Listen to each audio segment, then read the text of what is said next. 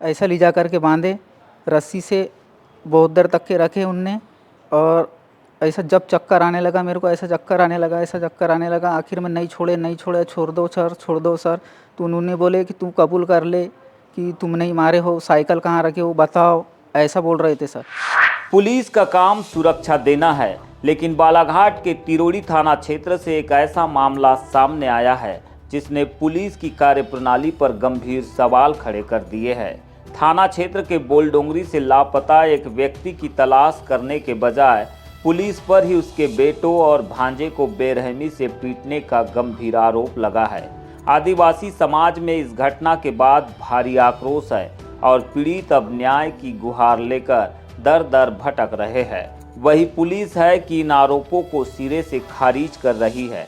आखिर क्या है पूरा मामला, देखिए बीजीटी मीडिया की यह विशेष रिपोर्ट। तस्वीरों में दिखाई दे रहे यह जख्म गवाही दे रहे हैं उस खौफनाक मंजर की जो बालाघाट के तिरोड़ी थाने के भीतर घटित होने का आरोप है। ग्राम बोलडोंगरी के निवासी अशोक पंद्रे पिछले 1 महीने से लापता है। उनके बेटों दिलीप, रोहित और आशीष ने पिता की तलाश की उम्मीद में पुलिस का दरवाजा खटखटाया था, लेकिन आरोप है कि पुलिस ने मदद के बजाय उन्हें ही प्रताड़ना का शिकार बना डाला। पीड़ितों का दावा है कि 19 से 21 फरवरी के बीच उन्हें थाने में बंधक बनाकर पीटा गया। उनसे जबरन हत्या की बात कबूल करवाने का दबाव बनाया गया। नहीं, ये बोले तुमने अपने बाप का ही मर्डर करे हो। नहीं सर, मैं बोला हमने मर्डर नहीं किए। तो नहीं, बोले पूर्णिया वालों ने किए होगे, तुमने मिल के किए होगे, अपने मामबाई के साथ किया होगा, ऐसा बोले सर।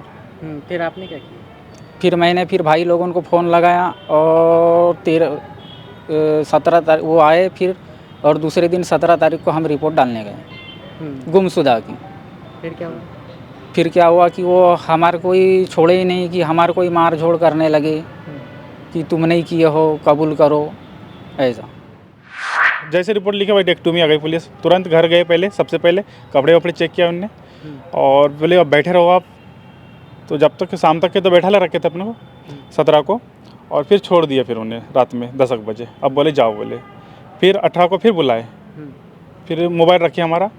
उस दिन भी पूछताछ की कि कैसा तुम्हारा लेन देन कैसा था, क्या था, कुछ पैसे को लेके था। तो मैंने बोला मेरे साथ नहीं था, मैं चाचा के साथ था। तो चाचा तो कम से कम 4 साल हो गए ख़त्म हो गए, तो मेरे साथ तो कोई लेन देन था नहीं था, बोला उनके साथ में। तो ऐसा करके तो बोला ठीक है।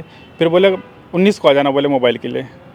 फिर 19 को गया तो वही फिर मतलब मारपीट होने लगी मेरे साथ। 19 भी हुई, 20 भी हुई, 21 को भी हुई, 3 दिन तक कंटिन्यू। फिर के दौरान ये बोलते थे कि तुमने मर्डर किया है, कबूल कर लो, नहीं तो तुमको गोली मार देंगे, ये तक के बोले कि मेरे को बोला था, सीनियर वाले ने बोला था वहाँ पे।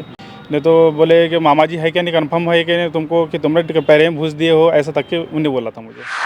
पूर्व सांसद कंकर मुज्जारे ने इस मामले को उठाते हुए दोषी पुलिसकर्मियों की बर्खास्तगी की मांग की है। मुंजारे का कहना है कि जिले में कानून व्यवस्था बेपटरी हो गई है और पुलिस कानून को हाथ में ले रही है। ये बहुत ही सनसनीखेज मामला, बहुत गंभीर मामला है कि लापता पिता की रिपोर्ट करने गए वो 17 तारीख को, 18 को बुला रहे हैं, मोबाइल जब्त कर रहे हैं, फिर 19 को बुला रहे हैं, मारपीट कर रहे हैं, मानवीय हत्या दी गई इनको, दिलीप को, मनीष को, नितेश को, रोहित को, और वो एक विकास को। और इतनी यातना दी गई कि वो बेहोश होते थे, मारा, हाथ बांध के मारे, पैर पे खड़े होकर मारे, यानी बिल्कुल अमानवीय यातना कभी सोच भी नहीं सकते, कल्पना नहीं कर सकते। तो उनके पिता को ढूंढना चाहिए पुलिस को कि इनको मारना चाहिए। इनसे बोल रहे तुम जुर्म कम करो, 5 लाख रुपए देंगे तुमको, हम कबूल कर लो, गवाह बन जाओ। जो असली हत्यारा उसको पकड़ नहीं रही पुलिस। पुलिस को एक बॉडी वहाँ पे जली मिली है पौनिया में, उस पर वो सोच रहे हैं कि इसको कबूल करा दें। पुलिस को मालूम है कि इनके पिता को किसने मारा है, कहाँ पे है, क्या है, पुलिस जानती है, लेकिन पुलिस को गिरफ्तार नहीं कर रही है। उन्होंने कटंगी क्षेत्र के ही नांदी में 7 माह पहले हुए बिसेन दंपति के डबल मर्डर मामले का अब तक खुलासा नहीं होने पर सवाल उठाए और एसपी आदित्य मिश्रा की कार्यप्रणाली को भी सवालों के कटघरे में खड़ा किया। एसपी की कार्यप्रणाली बिल्कुल ही बदतर है।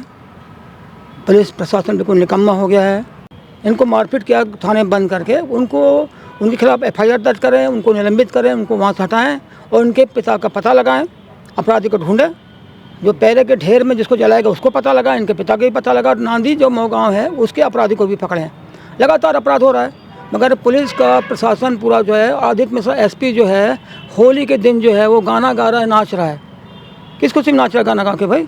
और गाना कौन सा गा रहा है? वो जो 26/11 का जो कांड हुआ था है ना, वो बम्बई में, उसका जो मेन खलनायक था रहमान करके, रहमान के गाने पर वो डांस कर रहा है। यार सोचो, तो पुलिस एसपी की मनोवृत्ति क्या है? रहमान के गाने में डांस करना चाहिए पुलिस एसपी को।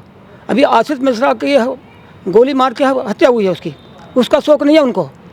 वो नाटक कर रहे हैं कि यहाँ पे गार्डन बना दिए, वहाँ पे गार्डन बना दिए, क्रिकेट मैच करा दिए, ये कर दिया। अरे किसी के परिवार में अगर मान लो आप परिवार मानते हो और एक इंस्पेक्टर की हत्या हो गई है, मारा गया वो, आपको होली मनाना चाहिए इस तरीके से, नाच गाने करके, डांस करके। खुद डांस कर रहा है एसपी, शर्माना चाहिए एसपी को। तो ऐसे लोग क्या जो संवेदनशील ही नहीं है जो। हालांकि सिक्के का दूसरा पहलू कुछ और ही कहानी बयां कर रहा है। पुलिस विभाग इन तमाम आरोपों को बेबुनियाद बता रही है। कटंगी एसडीओपी विवेक शर्मा के मुताबिक पुलिस पर लगाए गए मारपीट के आरोप गलत है। पुलिस का तर्क है कि ग्राम पौनिया में एक नरकंकाल मिला है, जिसकी शारीरिक बनावट लापता अशोक 15 से मेल खाती है। पुलिस का कहना है कि उन्होंने हत्या का मामला दर्ज कर लिया है और डीएनए टेस्ट के लिए सैंपल भी भेजे गए हैं। अब सवाल यह उठता है कि क्या पूछताछ के नाम पर इस तरह के निशान जायज़ है? पीड़ितों ने न्याय की मांग करते हुए थाना प्रभारी और मारपीट करने वाले पुलिस कर्मियों पर कार्रवाई की मांग की है। बालाघाट के भरवेली थाना क्षेत्र से एक ऐसी शिकायत सामने आई है जिसने प्रशासनिक गलियारों में हलचल मचा दी है। एमएससी के छात्र और आरएसएस पदाधिकारी नीलय सोनवाने ने पुलिस अधीक्षक के सामने न्याय की गुहार लगाते हुए सनसनीखेज आरोप लगाए हैं। पीड़ित की शिकायत के मुताबिक विष्णु धाम मंदिर में हनुमान जन्मोत्सव के लिए उन्हें चोला धारण करने की जिम्मेदारी दी गई थी, लेकिन आरोप है कि यह बात कुछ खास लोगों को हजम नहीं हुई। नीलय सोनवाने का सीधा आरोप है कि अनिल बिसेन, नरेंद्र आर्वीकर, डब्बू नागेश और उनके साथियों ने उन्हें जातिगत रूप से अपमानित किया। शिकायती पत्र में दर्ज आरोपों की माने तो मंदिर परिसर में न सिर्फ गंदी गालियां दी गई, बल्कि जान से मारने की धमकी देते हुए कहा गया कि एक दलित को मंदिर में पूजा और चोला धारण करने का अधिकार नहीं है। इसमें इस वर्ष समिति द्वारा, हनुमान जन्मोत्सव सेवा दल समिति हीरापुर द्वारा मेरा चयन किया गया चोला धारण के लिए, परंतु ग्राम के कई लोग तथा भरवेली सरपंच पति अनिल बिसेन जी, एसडीएम कार्यालय में कार्यरत नरेंद्र आर्वीकर जी, मंदिर के पुजारी डब्बूलाल नागे जी एवं अन्य लोग द्वारा मुझे जातिगत रूप से प्रताड़ित किया जा रहा है तथा बोला जा रहा है कि आप अनुसूचित जाति में आते हैं, कतिया समाज के हैं और आप नीच जात के हैं और यह कार्यक्रम आप नहीं कर सकते, आप चोला धारण नहीं करेंगे, रहता आप मंदिर में आप वर्जित हैं इस कार्यक्रम के लिए, ऐसा वो कहा जा रहा है उनके द्वारा। और गंदी गंदी गालियाँ दी जाती है उनके द्वारा। दो महाराज सेवा कर रहे हैं, सेवा दे रहे हैं इस समय। हाँ, तो फिर किसी एक का ही चयन होगा ना उसमें। तो मुकुट धारण के देखिए समिति, आप क्यों दावा कर रहे हैं? देखिए जो हमारी जो समिति है हनुमान जन्मोत्सव सेवा दल समिति द्वारा मेरा चयन 4 जनवरी 2026 को किया गया था, जिसमें मैं 6 जनवरी 2026 से मैं पाठ चालू मंदिर में ही रह कर रहा हूँ तथा पूर्ण नियम में मैं हूँ मंदिर में। परंतु समिति के अलावा अन्य लोग जो ग्रामीण जन हैं उनके द्वारा तथा अनिल बिसेन जी, नरेंद्र आर्वीकर जी द्वारा किसी अन्य लड़के को 29 जनवरी 2026 को उसका घोषित कर दिया गया पाठ के रूप में। इस मामले में आरोप सिर्फ गाली गलौज तक सीमित नहीं है।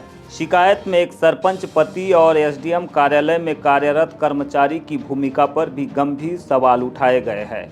पीड़ित पक्ष का आरोप है कि उन्हें मंदिर जाने पर पुलिसिया कार्रवाई का डर दिखाया जा रहा है और उनके धार्मिक अधिकारों को रसूख के दम पर कुचला जा रहा है। सन 2024 से स्टार्ट हुआ है, जिसमें प्रथम वर्ष मैंने स्वयं चोला धारण किया, द्वितीय वर्ष राहुल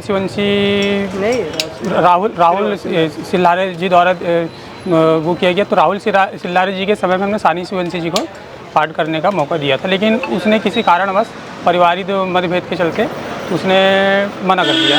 अब मना किया तो फिर हमने पूरी समिति के जितने भी हैं, हमारे जन्मोत्सव सेवा दल समिति के जितने भी लड़के हैं, सब लोगों के बीच में हमने नीलय सोनवाने जी मानेगांव को बोला गया कि आप इस वर्ष करेंगे कह के। तो उसमें सानी की भी सहमति हुई और सानी आकर के हमको बताया कि मुझे नरेंद्र आर्बीकर और तुम्हारा राजा शिवंशी, डब्बूलाल नागेश और अनिल बिसेन, अमर सिंह धानेश्वर, ये तमाम लोगों और इनके साथी लोगों के बीच में मुझे ज़बरदस्ती प्रेशर दिया जा रहा है कि तू चोला धारण करेगा कह के। तो फिर ये लोग ने 29 जनवरी के दिन में इसको रात को हम लोगों के बिना बताए उसको मंदिर में माला वाला पहना करके उसको घोषित कर दिए। और उसके बाद में घोषित करने के बाद में हमारे नीले महाराज जी का बैनर फ्लेक्स भी फाड़ा जा रहा है, ठीक है, धर्म विरोधी बोला जा रहा है और अन्य प्रकार के भी लांछन लगाए जा रहे हैं हमें। और इसमें तो सबसे पहले मैं प्रशासन से मांग करूंगा कि मेरी सेफ्टी की स्वयं की, क्योंकि मुझे भी पुलिस के द्वारा मुझे मंदिर में यदि मैं 5 मिनट भी या 10 मिनट भी चले जाता हूँ तो मुझे वहाँ से उठा करके घर से उठा करके मुझे थाना ले जाया जाता है। दूसरी बात यह है कि मैं अकेला रहता हूँ किराए के कमरे से, तो मेरे जान को खतरा है ये लोगों से, क्योंकि ये शासन प्रशासन के लोग हैं। क्योंकि नरेंद्र आर्बीकर जो एसडीएम ऑफिस वाले हैं, एसडीएम से ही फ़ोन जाता है थाने में तो हमको उठा लिया जाता है। अब गेंद पुलिस और प्रशासन के पाले में है। क्या इन गंभीर आरोपों की निष्पक्ष जांच होगी? क्या शिकायतकर्ता निलय सोनवाने को सुरक्षा और सम्मान मिल पाएगा या फिर रसूखदारों के दबाव में इस शिकायत की फाइल भी कहीं दब कर रह जाएगी? बालाघाट की राजनीति में अनुशासनहीनता पर बड़ा प्रहार। विधायक अनुभव मुज्जारे ने एक कड़ा संदेश देते हुए लोक निर्माण विभाग के अपने प्रतिनिधि अबू शाह को तत्काल प्रभाव से पदमुक्त कर दिया है। यह पूरी कार्रवाई एक विवादित ऑडियो वायरल होने के बाद की गई है। आरोप है कि अबू शाह ने लालबर्रा रेस्ट हाउस के रिनोवेशन कार्य में लगी आरटीआई को वापस लेने के लिए किसान कांग्रेस के ब्लॉक अध्यक्ष मुनेंद्र ठाकरे पर न केवल दबाव बनाया बल्कि गाली गलौज और गुंडागर्दी पर उतारू हो गए। जमीनी कार्यकर्ता के साथ हुए इस दुर्व्यवहार से कांग्रेस की छवि धूमिल हो रही थी और मामला पुलिस तक पहुंच चुका था। जैसे ही यह मामला मीडिया की सुर्खियों में आया, विधायक अनुभव मुज्जारे ने लेटर जारी कर अपने प्रतिनिधि की छुट्टी कर दी। विधायक अनुभव मुज्जारे के इस एक्शन ने साफ कर दिया है कि भ्रष्टाचार की शिकायतों को दबाने या फिर कार्यकर्ताओं के अपमान को किसी भी कीमत पर बर्दाश्त नहीं किया जाएगा। अब देखना यह है कि इस कार्रवाई के बाद जिले की राजनीति में क्या नए समीकरण बनकर सामने आते हैं।